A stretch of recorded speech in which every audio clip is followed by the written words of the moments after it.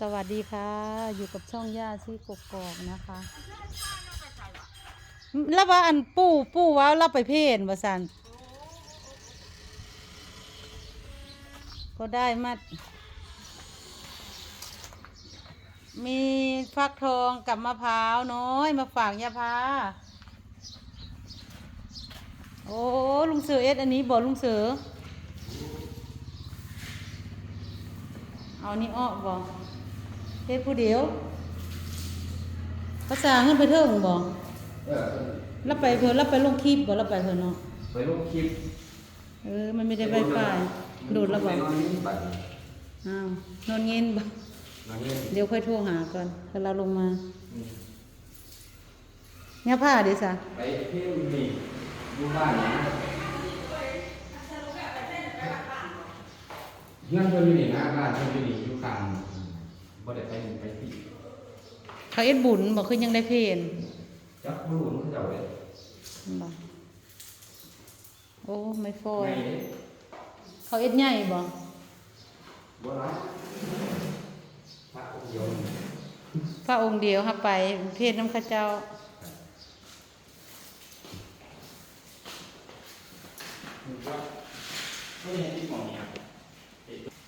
ตอนนี้ก็ลุงเสือก็กำลังทำงานคนเดียวจิตถึงกับตะลึงบ่ถึงกับตะลึงเมื่อมาห้องนะครับเปลี่ยนไปคัดเรียบร้อยสีฟ้านี่ไฟเลือกเนาะยาผ้าบ่ยาผ้าบ่เราจะได้สองห้องสีฟ้าเนี่ยผนังสีขาวเปลี่ยนสีใหม่สีฟ้าก็ใส่เงินเยอะเพราะว่าเกมมันเกมที่จะอย่างบ่อยากจะซื้อตัวหน่อยนะคือนี่มันสิได้ทาอีกเนาะทาอีกแล้วมักสีฟ้าเนาะสีฟ้าเราสีฟ้าอ่อนบ่เนี่ยลุงเสือสีฟ้าอ่อนเนี่ยเนาะอ่อนบ่หรือแกถ้ารอบเดียวไม่หนีโอ้แล้วได้ทาลาดรอบเดียวมันคือมันมีอันนั้นเนาะต้องได้ทาอีกแม่นบ่เจ้าว่าบ่ค่อยว่าคือมันจางเลยมันเป็นตาหมดเลยเนาะบ่มืดทาให้รอบเดียวสีหมดสีบ่พอ3เลย3รอบฮะฝ้าน่ะถ้า3 รอบพุ่น3 รอบโอ้หนาอยู่จะไปซ้ำนั่นบ่โอ้ต้องท่าหลายรอบเนาะรอบเดียวน่ะคือไม่ได้เนาะบ่ได้สีฟ้าเลยมันสึกว่าตุ้มขนาดนี้ภาษาวายุอยากมาเฮ็ดอันนี้น้ำเจ้าว่าฉันจะเอ็ดผู้เดียวว่าฉันล่ะมาแล้วมาตะวันมาแต่วัดน่ะพอดีมาเฮ็ดลำเนาะ2-3 มื้อน่ะเป็นเพิ่นมีสำบายบ่เจ้าบ่เป็นหยังบ่ลงมาสึ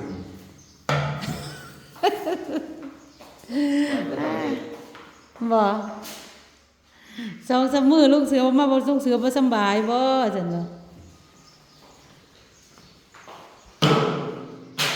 โอ้เจ้าอันนี้ก็ยะปะโทได้นี่เนาะลุงเสือเนาะถูกอย่างเดียวถูกอย่างเดียวฮะเนาะแล้วเจ้าเลยนั่นเลยสานี่นะเอากระเบื้องออกฮะ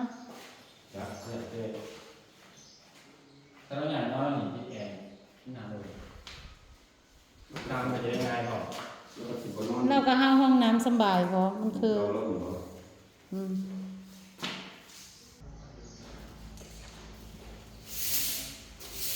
มันจะล่าเพราะว่าเนี่ยอันนั้นยุ่งเกินเลยมัน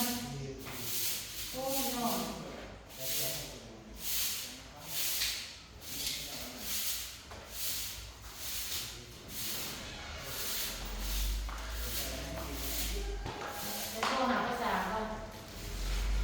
โหดอันนี้น้ำเจ้าจะเป็นได้ทุกวันเป็นได้โหด